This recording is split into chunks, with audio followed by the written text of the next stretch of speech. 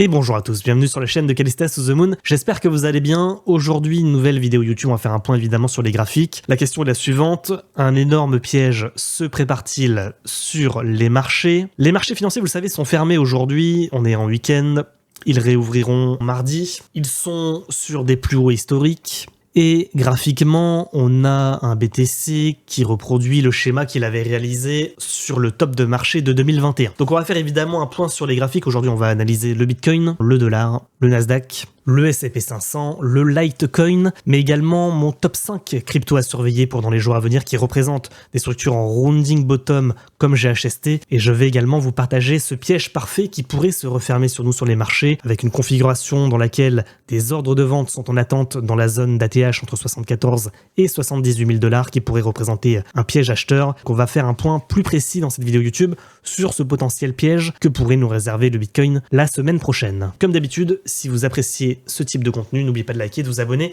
et de mettre également un petit commentaire pour le référencement. On avait réalisé également, il me semble, un sondage sur Telegram. Le Bitcoin va-t-il réussir à breakout son ATH cette semaine? Oui, non, 50%, vous voyez, avec 1759 votants. Prochaine target sur BTC, 65-75, ça on avait déjà fait le point sur ce sondage. Aujourd'hui, on a 70 000 $. Et vous le voyez, c'est en plein milieu des deux niveaux. Hein. Donc pour le moment, c'était du 70-30. Vous étiez plutôt confiant sur la target des 75 000 $. Avertissement sur les risques. Vous risquez des pertes financières plus que jamais. Hein, j'ai envie de dire, on est tellement haut sur les marchés. Faites vos propres analyses. Tradez de manière responsable. Je vous rappelle que ce contenu n'est pas un conseil en investissement ni une incitation à acheter ou à vendre des crypto-actifs. Si vous recherchez une plateforme d'échange pour trader en futur les crypto-monnaies, vous avez un petit lien affilié Apex Pro, lien affilié moins 5% à vie sur vos frais d'échange. Ça vous permet de trader les crypto-monnaies de manière décentralisée, avec ou sans effet de levier. Et je vous mets également une petite vidéo tutoriel comme d'habitude directement dans la description de la vidéo. C'est parti, on y va les amis. On débute directement par cette vue sur BTC, vue semaine. Le potentiel top de marché aux environs des 75 000 $. Et une target 2, vous voyez ici, aux environs des 100 000 si on devait réussir à breakout ce niveau. J'ai vu certaines personnes qui disent dans les commentaires ça aurait été le bull run le plus court jamais réalisé. Je suis pas tout à fait d'accord. Hein. Là, on avait fait une sorte d'énorme bull run. On avait latéralisé ensuite pendant environ un mois, 2 mois avant de s'écrouler. Moi, je trouve que c'est un bull run similaire au précédent. Au niveau graphique, alors oui, en avril 2021, il aura latéralisé pendant environ 4 mois. Et ce type de configuration graphique, c'est ce que je vous ai dit ce matin sur Telegram. Je trouve que cette latéralisation, cette tendance latérale que l'on réalise entre les 66 et les 74 est assez inquiétante quand on laisse les retails acheter pendant plusieurs semaines sans dump.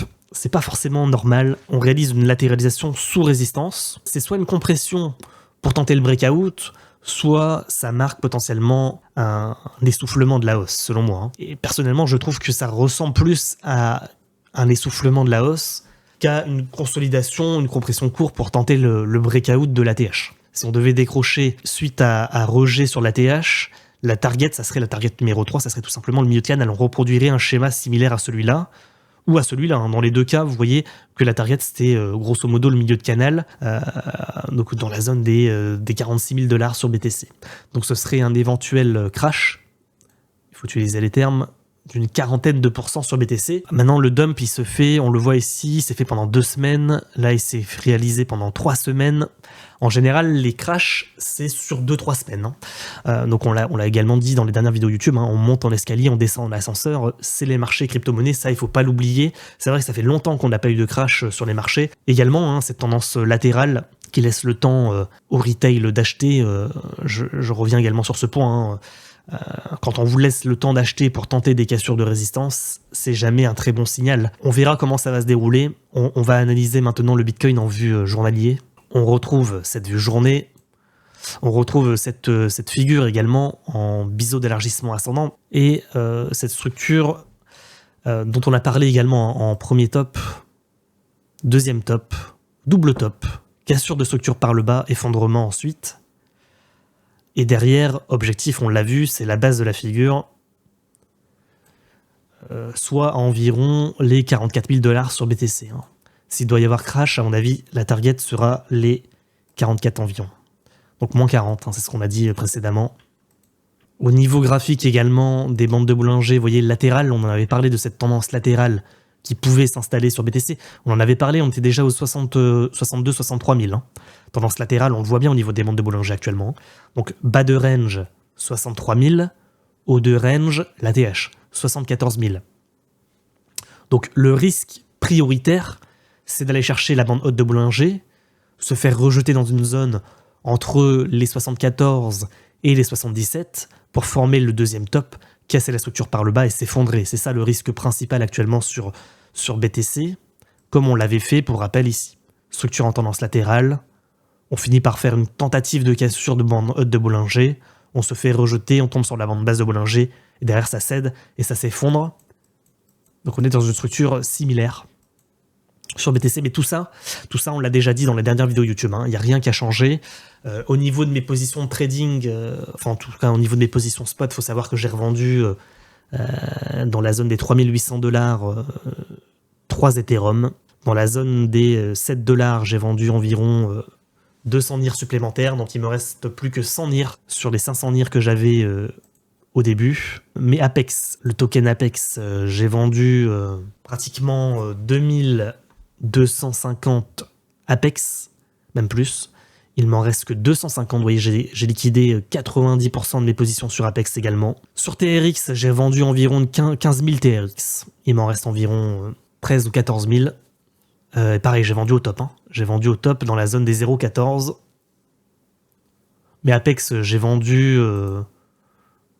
je pense, entre les 3 $ et dernièrement les 3,6. Et j'ai mis un ordre de vente aux environs des 3,8 supplémentaires hein, pour 250 Apex. BTC, j'ai vendu 0,5 BTC déjà.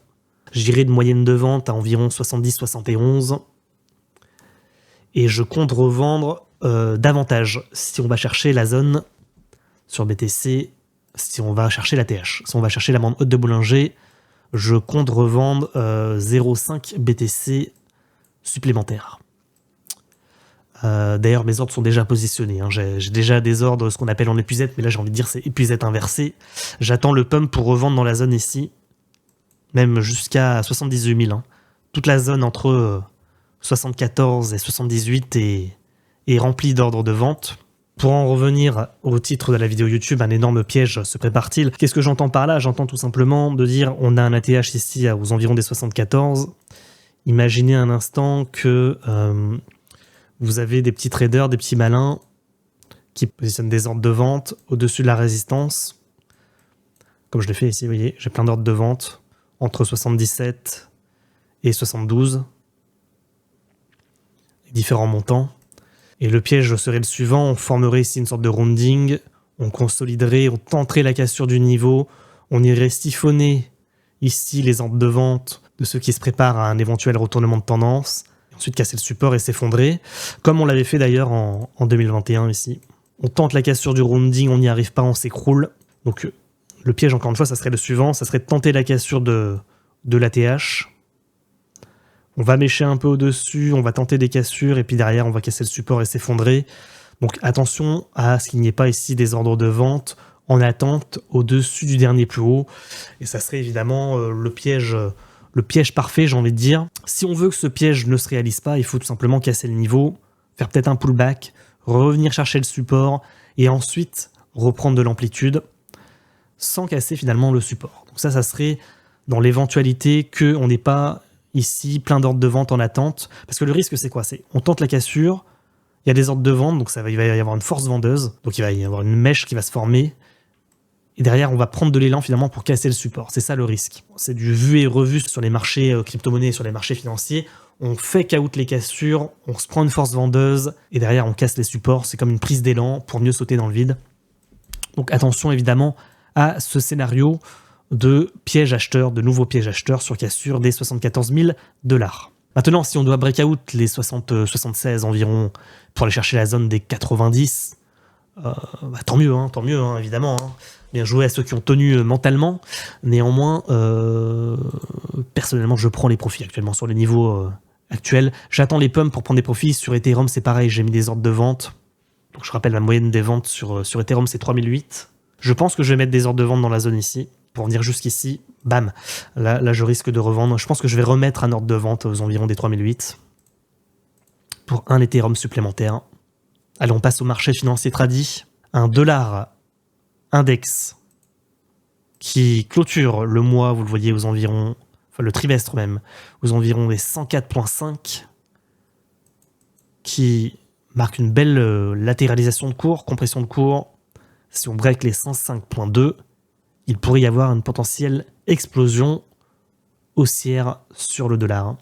Sur S&P, Nasdaq, CAC 40, vous le voyez encore une fois, on est sur des clôtures trimestrielles sur les plus historiques, hein, ça n'est jamais arrivé.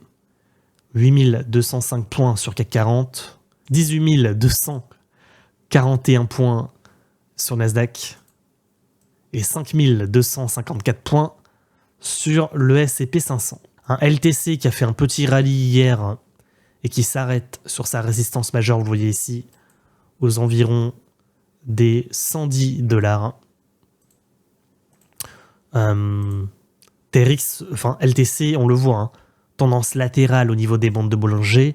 Si breakout de ce niveau, c'est validation d'un double bottom en vue mensuelle, target aux environs des 160 $. Hein. LTC, c'est assez beau. Maintenant, on est sur résistance. On en avait parlé quand on était dans la zone des 70 $ hein, sur LTC. Hein. Donc, il a déjà fait un rallye suite à ce breakout d'environ 50%. Donc, bien joué aux holders, ceux qui ont tenu bon sur LTC. Donc, concernant les pépites potentielles, attention à ces pépites qu'ils ne fassent pas ce qu'ont réalisé, par exemple, le Ray avec des pump and dump. Vous voyez, pump, dump. Par exemple, aujourd'hui, on a GHST qui fait un énorme pump sur la semaine d'environ 100%. Attention à ce qu'il n'y ait pas un décrochage dans le sens opposé, comme l'a fait Ray, par exemple, ou Front. Vous voyez, une sorte de pump and dump. Pas être trop gourmand et surtout pas acheter sur des cours qui pump. Évidemment, faut-il le rappeler. Si on devait sélectionner certaines pépites, je sélectionnerais des structures qui s'apparentent en fait à GHST, des sortes de rounding bottom, compression de cours, tentative de cassure de résistance en vue semaine pour partir à la verticale. Donc au niveau des figures qui représentent ce type de structure, donc à mon avis le hard en fait partie, ARDR aussi, le rare, donc ces cryptos on en a déjà parlé, le KAVA, le KP3R, le KNC également, le farm, vous voyez, magnifique structure, hein, farm, peut-être que farm on pourrait le mettre en pépite numéro 1, le fun également, malgré tout le funfair c'est une crypto, c'est vraiment un shitcoin, hein, mais magnifique structure également, passage au-dessus de MM100, tentative de cassure avec mesh, EWT, avec ce haut de structure avec une épaule tête épaule inversée, une MM100 aux environs des 3 $. Ça serait à mon avis le niveau de breakout. Le GMT, une structure en tendance latérale, on voit une résistance hebdomadaire ici à 0.4. Le Troy également, avec une belle structure en premier bottom, deuxième bottom, triple bottom, avec un niveau de breakout aux environs des 0,0042. Et la Juve pour terminer avec le niveau de breakout à 3,05 $. La Juve très propre, hein, on s'approche vraiment du niveau de breakout. Donc les amis, on termine par cette vue sur BTC. On voit hein, une vue mensuelle avec des rallyes, avec une continuation de la hausse. Pas de rejet pour le moment en vue mensuelle, pas de chandelier rouge en vue mensuelle. Un niveau de résistance majeur aux environs des 74 000 $. La question est la suivante, est-ce qu'on va breakout ce niveau pour aller chercher les 100 000 ou est-ce qu'on va se taper un nouveau rejet pour retomber sur target numéro 3 en milieu de canal ascendant? Encore une fois, attention, quand on vous laisse comme ça le temps d'acheter sur des niveaux de tendance latérale, attention à ne pas être trop gourmand sur les marchés. Les amis, c'est tout pour moi, je rends l'antenne. Je vous souhaite un excellent week-end et je vous dis à très bientôt sur YouTube et sur Twitch. Vous avez tous les liens dans la description de la vidéo, ainsi qu'un petit lien affilié pour rappel Apex Pro, la plateforme d'échange partenaire qui vous permet de faire du trading sur les produits dérivés crypto-monnaies avec ou sans effet de levier. Et avec ce lien, vous avez moins 5% à vie sur vos frais de trading. Et vous avez également une petite vidéo tutoriel pour apprendre à utiliser la plateforme.